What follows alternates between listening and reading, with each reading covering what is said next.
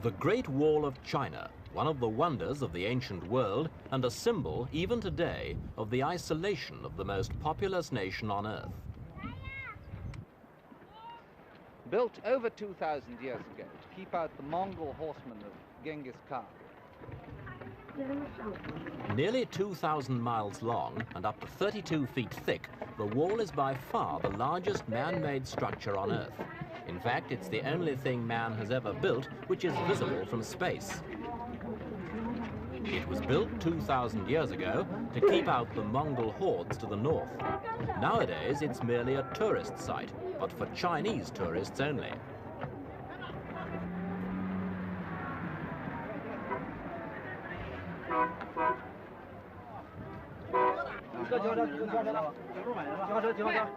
The wall could be a gold mine for the Chinese if only they let in Western tourists. But that is one invasion which the land of Mao Zedong is still resisting.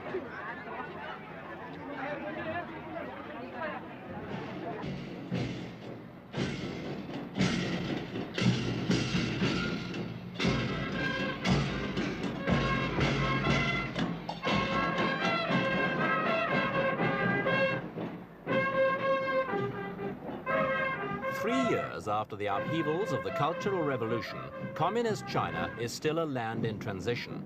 But one thing is firmly established, and that's the sense of national purpose which binds together this nation of 800 million people, nearly a quarter of the world's total population.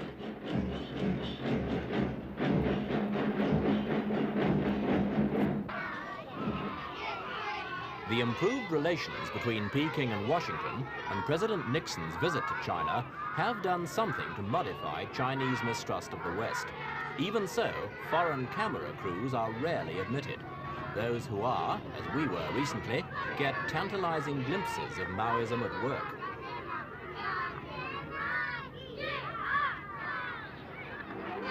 Just how much has already been achieved can be seen in the children. Chinese youngsters are not like others. Even in a crowd, they're docile, well-behaved, and remarkably lacking in bad temper. In the afternoon we filmed these children, for example, only 2 little boys started fighting, and they very quickly stopped.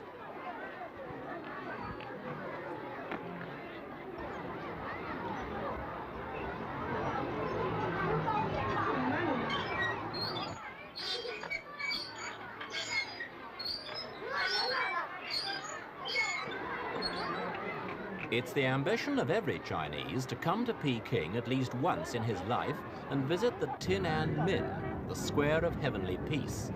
Children coming up from the country stand and gawp, overwhelmed by the sheer size of it.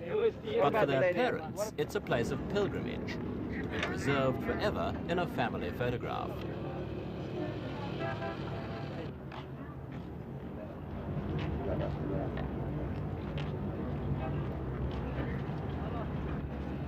There are snapshots like this in family albums all over China. The reason is that this is one of the holy places of the Chinese Revolution. It was from here, 23 years ago, that Chairman Mao Zedong officially proclaimed the People's Republic of China.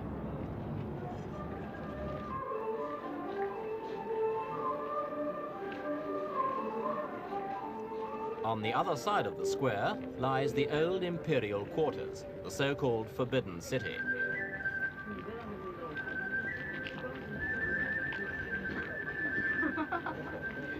Here, too, foreign tourists are notable by their absence.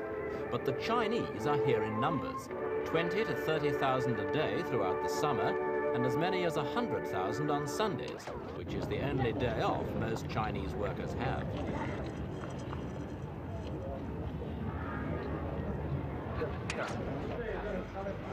This is another sort of pilgrimage, a trip back into a past which has now disappeared so completely, it's difficult to believe it ever existed.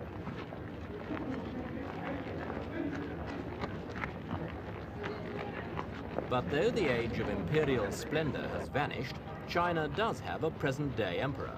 His portrait hangs over the gateway to the Forbidden City.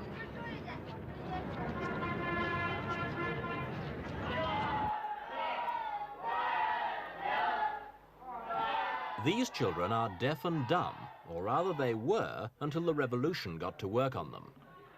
Spurred on by the thoughts of Chairman Mao, a Chinese army medical team has been using the ancient Chinese art of acupuncture to help the deaf to hear and the dumb to speak.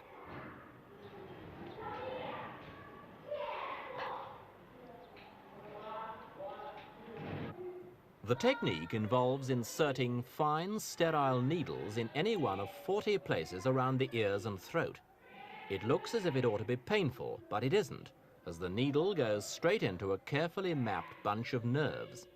What happens then isn't clear even to Chinese doctors, but in some mysterious way, it works.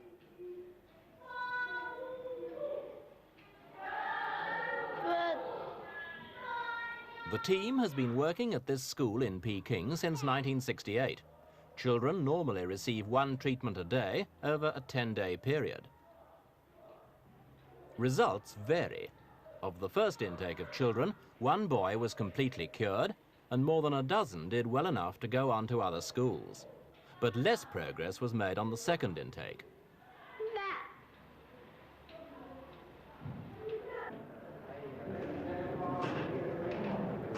Acupuncture is now being used increasingly in Chinese hospitals to replace chemical anesthetics. Although it's an ancient technique, it's only been used in this way for about 14 years. This Peking hospital now uses it for nearly 1/3 of all operations, including brain and heart surgery.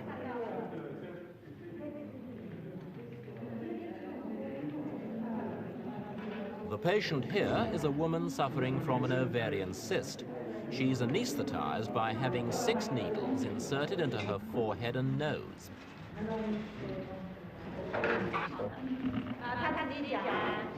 The operation then proceeds normally. The only difference is that the patient is fully conscious throughout.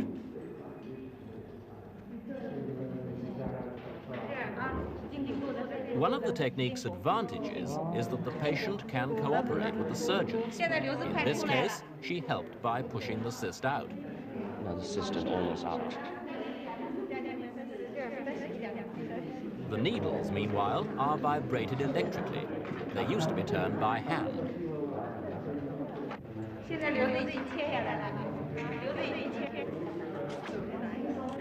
Acupuncture involves virtually no risk of heart failure during the operation. Post-operative shock is lessened and convalescence is quicker.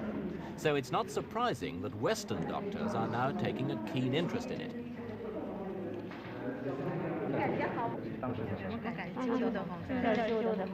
She felt it was as if there were a little bit of retraction.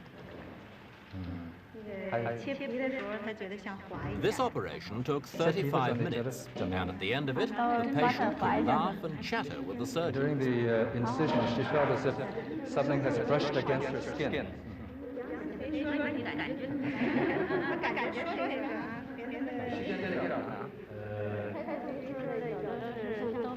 It feels very light. Something heavy has been removed from her. Despite the achievements of acupuncture, the main emphasis in China is on preventive medicine, and that means keeping fit, whatever your age.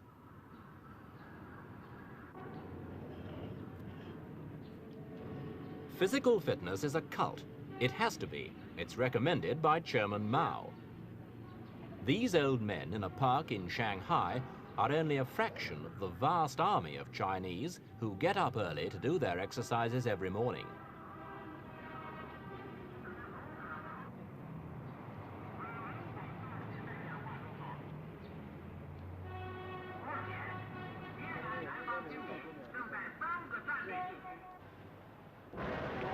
Shanghai itself is a complete contrast to Peking.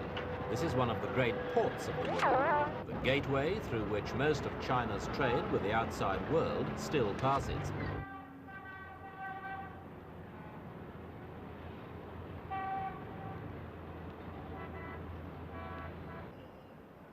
It's a busy, bustling city, the largest in China, with a population of over 8 million, twice as many as Peking.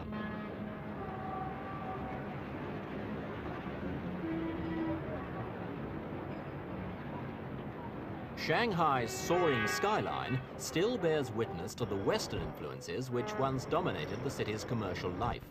But that's back in what the Chinese now call the bad old days. Since the revolution, Shanghai has changed drastically.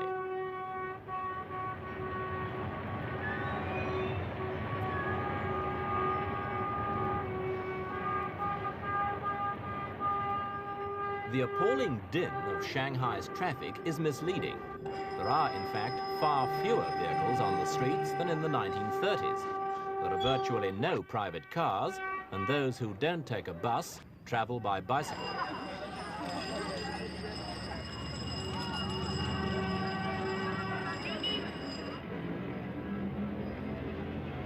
Shanghai was once a city of extreme contrasts, with Western merchants and millionaires living in great style, whilst at the other end of the scale, beggars scrounged in the gutters. The communists have wiped out all that.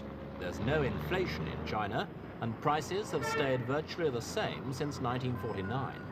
Over the last 10 years, claims the government, workers' wages have increased by 50% in real terms.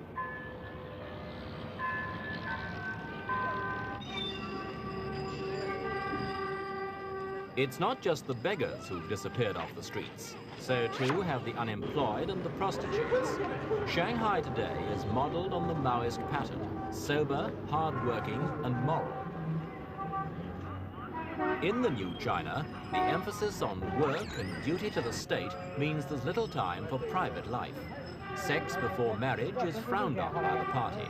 So too are early marriages, and couples are urged to restrict their families to 2 children.